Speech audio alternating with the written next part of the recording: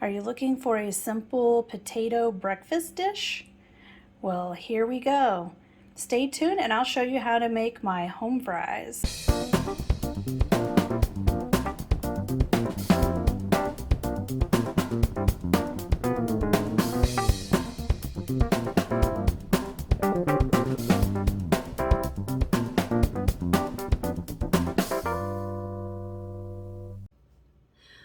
Welcome back, friends.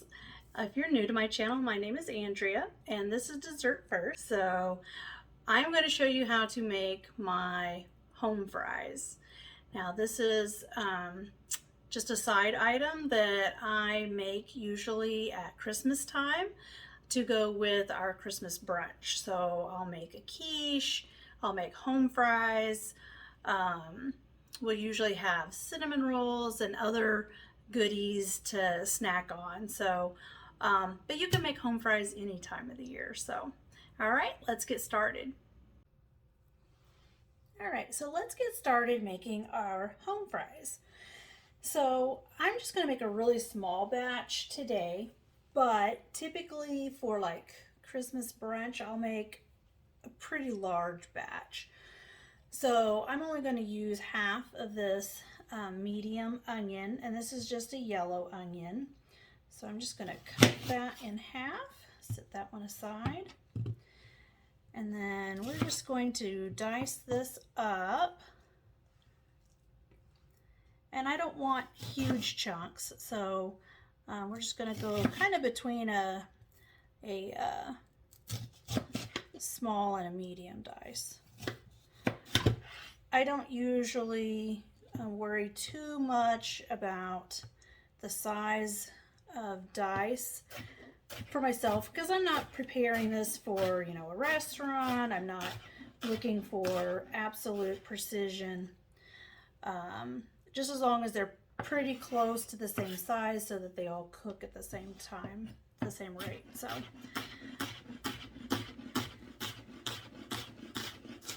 there we go. So we've got half of that. And then I'm going to use a red bell pepper. So I just cleaned this off and I'm only going to use half of it. Oh, that onion was really strong. So we're just going to clean that.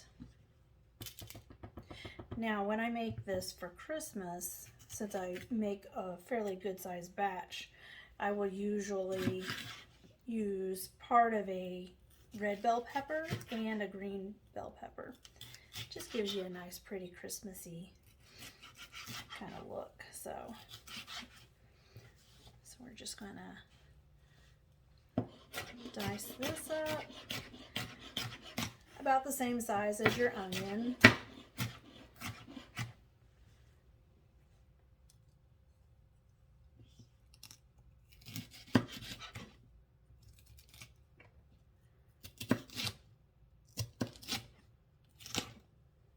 Okay, get some of that out of there.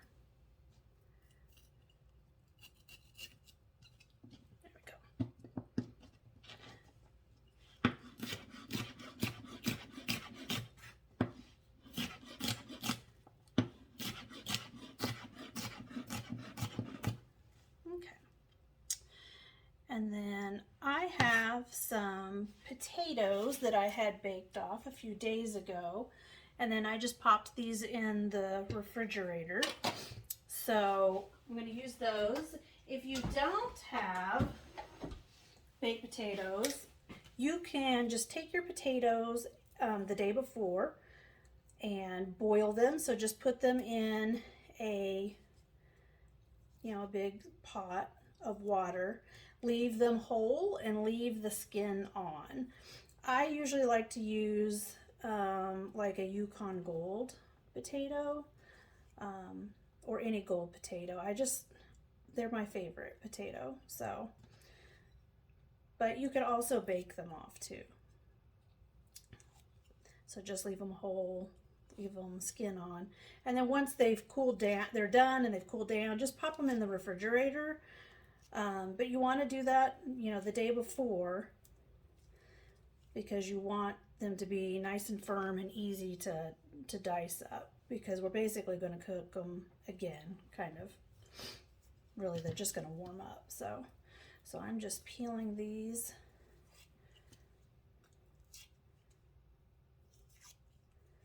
And how many potatoes you use really just depends on how much you want to make.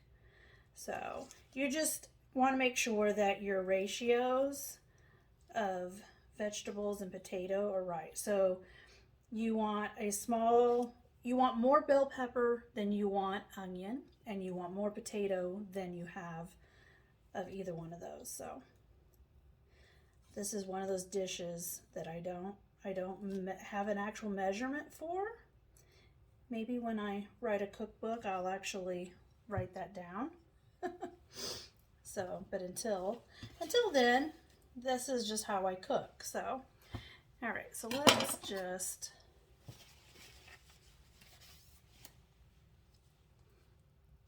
we're just going to slice this, and you want to just make sure it has, you know, fairly decent slice, so it's got, you know, a fair amount of thickness, so that's about 1/2 to 3/4 of an inch.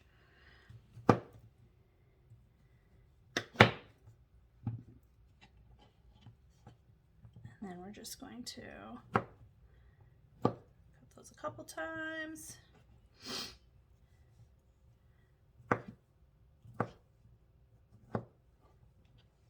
Okay.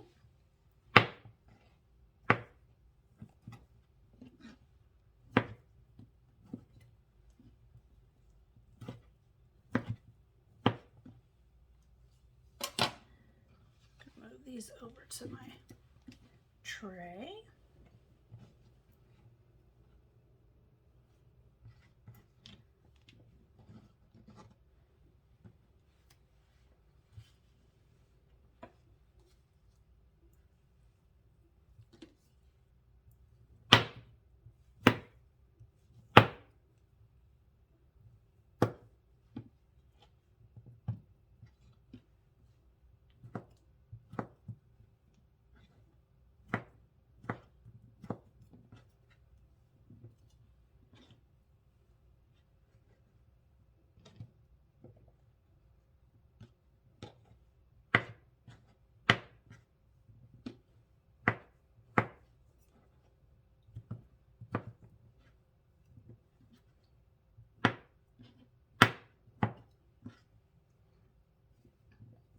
All right, so I'm going to go with one more potato, because you can see how much potato we have here. So we need one more potato just to kind of keep that in balance. All right, now another ingredient to this is some sausage. So this is just like kielbasa sausage, smoked sausage. You don't need a lot of it. You could choose to just use bacon, or you could use ham. Although I've not made it with ham, but there's not a whole lot of difference here. I've actually even made it with chorizo, but get the Spanish chorizo, so it looks more like a kielbasa sausage, but a little harder, firmer. If you get the looser kind that's like loose sausage, it's very, very greasy. It's just not the same. So you'll want the other. So we've just got a little bit of this. That's only like maybe not even quite 1/4 of a piece of sausage. So, all right, so we're gonna get our pan heating up.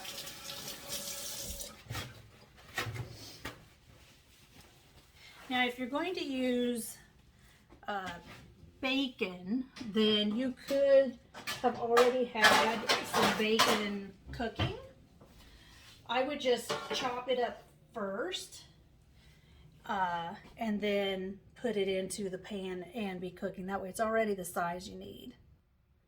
All right, so we're going to get this going.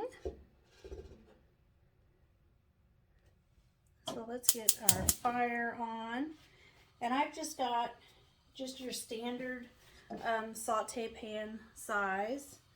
It is what, an 18-inch? Sorry, it's a 10-inch pan, but it's the stainless. Okay, so 10-inch pan. And since I'm not actually cooking bacon, I'm going to just use a little bit of bacon grease.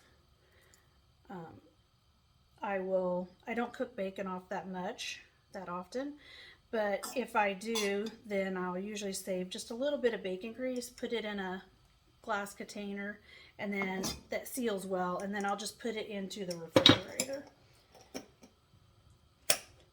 So this is a fairly small container, so I don't have a ton. It won't keep forever in your fridge, so, but.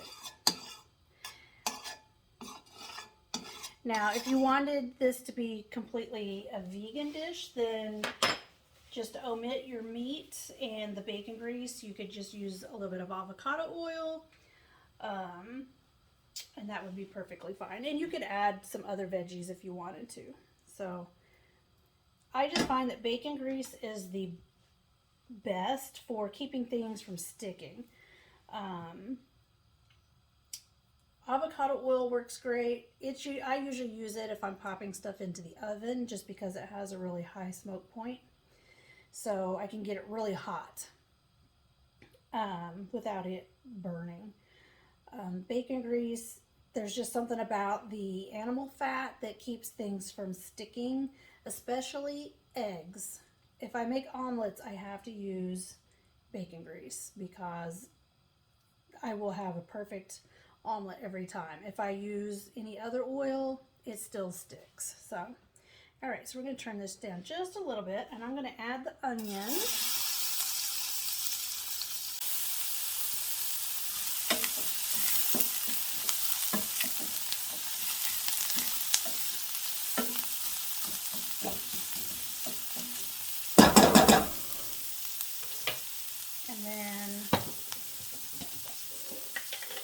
And they're already getting a little bit golden. That's partly because of the bacon grease. So we're going to go ahead and add our bell pepper.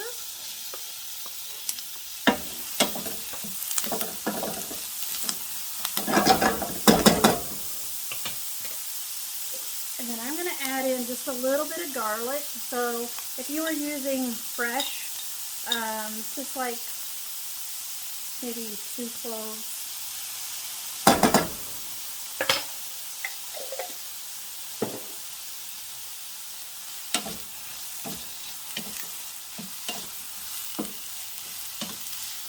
And I just got the heat set just 1 notch past medium, so just kind of a medium low or a in between there. And then we're going to add our sausage.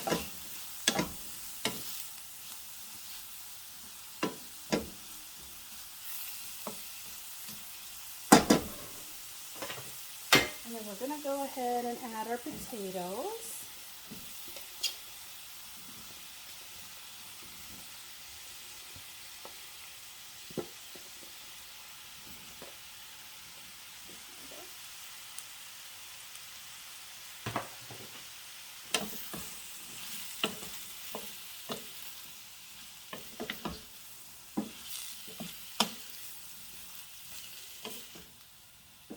And if you find that you need a little more bacon grease, you can add a little bit more.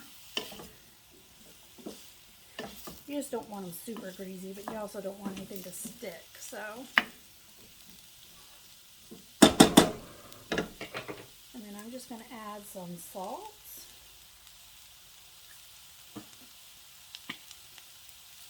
And some black pepper.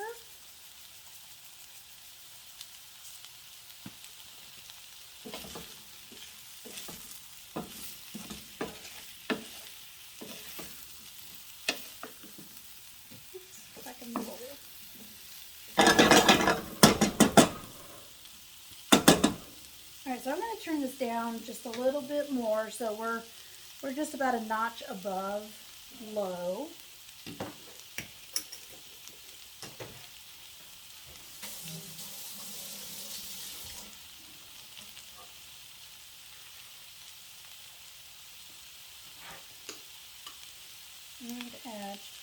little bit more bacon grease, so not a lot more, but just a little bit.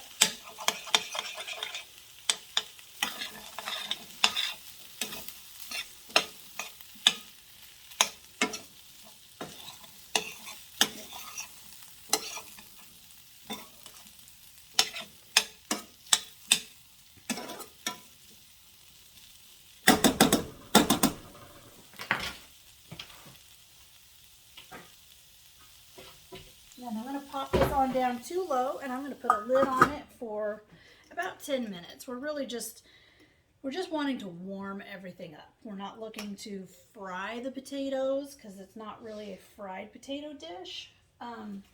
But if you don't cover it, you're just going to have a harder time getting it warmed all the way through. The potatoes are fairly dense, so it just takes longer for the heat to get through the potato, which is another reason to chop your potatoes a little smaller. So, all right, so our potatoes are done. Nice and steamy.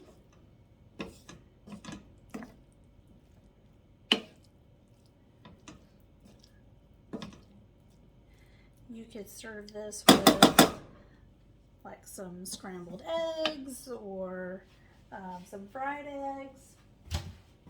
You could serve it as a side item like we do at Christmas time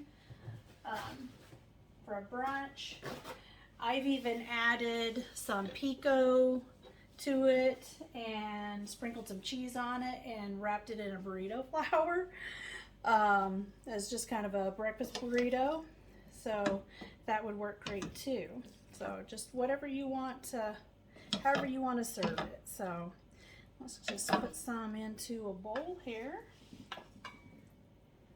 Just transfer this all to a bowl, and then it's ready.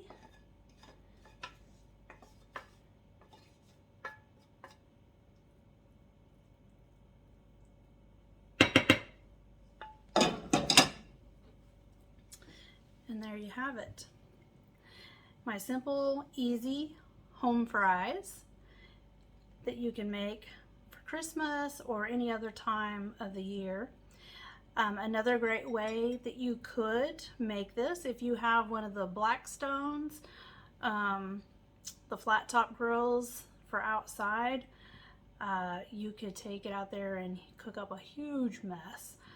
They're great cooked on those, so you don't just have to cook it on your stove top. So anyway, I hope you enjoy.